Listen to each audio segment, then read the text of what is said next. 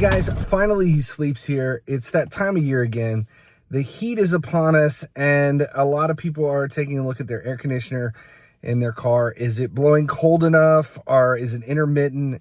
And here is a few things you can do for maintenance on your air conditioning before you take it into the shop and drop up to $1,000 or more on a condenser, other things. There's a lot of times it boils down to a small thing that you can fix for under $20 or a simple reset. So we'll run through all those procedures here. The first thing you want to do is hook an OBD2 reader up to your port underneath the dash. Confirm that you don't have any latent or old codes in the system. If there are any there, you'll go ahead and clear those out. That way you don't have any old air conditioning codes that are holding anything up in the system.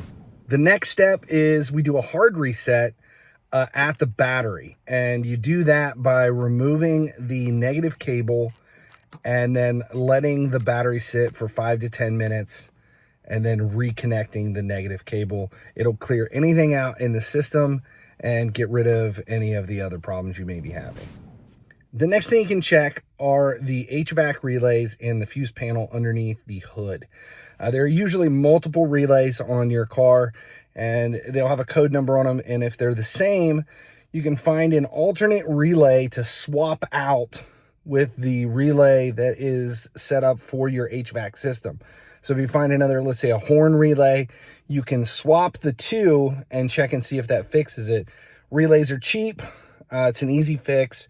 This van actually has rear AC and front AC, so we have two relays to check here to make sure that's not an issue.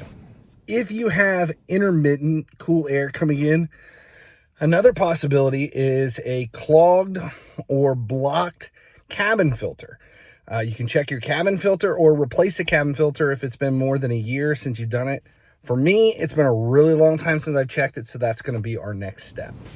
Depending on what vehicle you have, the location could vary. Ours is behind the glove box door, and to get it out, you have to drop the glove box, squeeze in the sides to release the tethers and hold, and then there is a release on the side for the retainer, like the cord that holds it from falling down.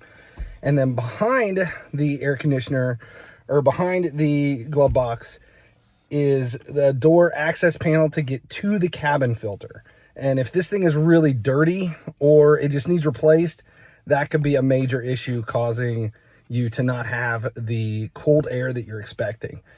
Just replace it. It's a cheap thing. It should be done every year. And then to put all this back, it's just the same steps in reverse. The last step would be to make sure that your refrigerant is full.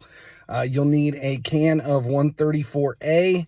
Make sure you have something with a gauge on it so that you can see where you're at and if you're low or high. Follow the directions on the can. That's it. Maintenance on your AC. Hope that helped. If that was enough to make things cooler for you for the summer, congratulations. Make sure you subscribe here on the channel. That way you never miss when these videos go live.